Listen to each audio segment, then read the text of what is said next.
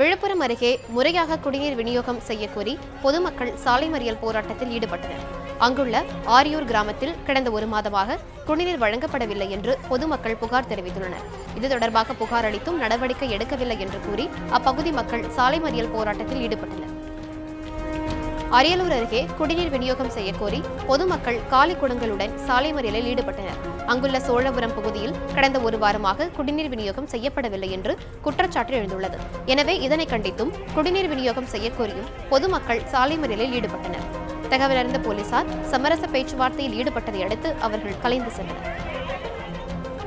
கன்னியாகுமரி அருகே விபத்து வழக்கில் 5 முறை ஜப்தி செய்தும் நஷ்ட ஈடு வழங்காததால் அரசு பேருந்து ஏலம் விடப்பட்டது.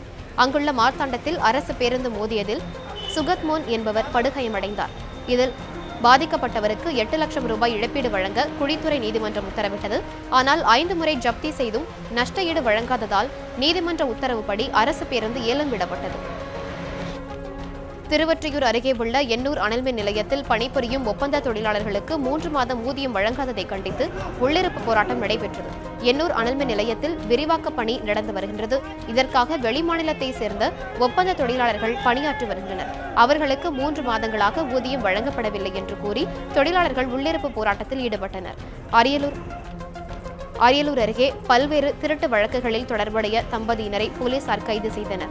அங்குள்ள வெகைக்காடி பகுதி அருகே போலீசார் வாகன சோதனையில் ஈடுபட்டனர்.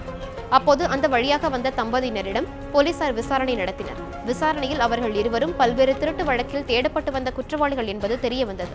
இதனையடுத்து அவர்களை போலீசார் கைது செய்து விசாரணை நடத்தி வருகின்றனர். புத்தகம் வாசிப்பதன் அவசியத்தை வலியுறுத்தி ஜெயங்கொண்டத்தில் விழிப்புணர்வு பேரணி நடத்தப்பட்டது.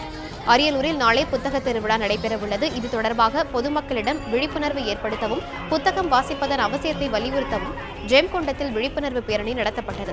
இதில் ஏராளமான பள்ளி மாணவ மாணவிகள் கலந்து கொண்டு ஊர்வலம் சென்றனர். 272 விரிவுரையாளர் பணியிடத்தை நிரப்புவதற்காக எழுத்துத் தேர்வு வரும் செப்டம்பர் 17ஆம் தேதி நடைபெறும் என்று NTRB அறிவித்துள்ளது.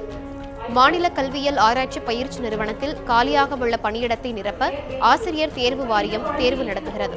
அதற்கான விண்ணப்ப விநியோகம் நாளை முதல் வரும் 30ஆம் தேதி வரை வழங்கப்படுகிறது. காவிரி பிரச்சினை மற்றும் முல்லை பெரியாறு பிரச்சினைக்கு நிரந்தர தீர்வு காண பிரதமரை வலியுறுத்த வேண்டும் என்று கீழ்பவனி விவசாய சங்க தலைவர் நல்லசாமி முதல்வர் தனிப்பிரிவில் மனு அளித்தார். டெல்லியில் நாளை மறுநாள் முதல்வர்கள் கவுன்சில் கூட்டம் நடைபெறுகிறது. இதில் தமிழக விவசாயிகள் நீராதார பிரச்சினைகளாக இருக்கும் காவிரி பிரச்சினை மற்றும் முல்லை பெரியாறு பிரச்சினைக்கு தீர்வு காண வலியுறுத்த வேண்டும் என்று நல்லசாமி மனுவில் தெரிவித்துள்ளார்.